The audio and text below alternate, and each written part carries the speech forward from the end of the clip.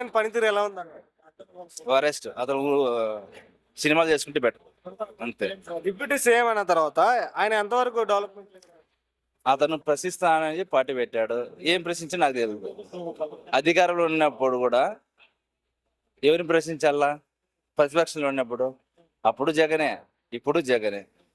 ఏం పని చేస్తానో అర్థం కాదు పని. ఆయన పదవి వచ్చిన తర్వాత పదవిని పక్కన పెట్టి సినిమాలు మట్టుగా చేసుకుంటున్నారని కొంతమంది అంటున్నారు. సినిమాలు చేసుకుంటారు కానీ చేసుకోవచ్చు కాదనము. అతను పని బతకాలి కాబట్టి అతను చేస్తాడు.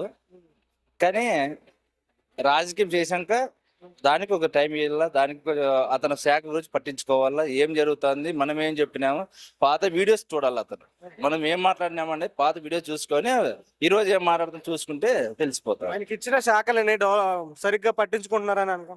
మాకైతే ఆ శాఖ కూడా తెలియదు. ముందు ఫ్యూచర్ లో సీఎం అయ్యే ఛాన్స్ ఉందంటే ఇట్లా కాడు, ఇట్లే ఈ విధంగా ఉంటే కాడు.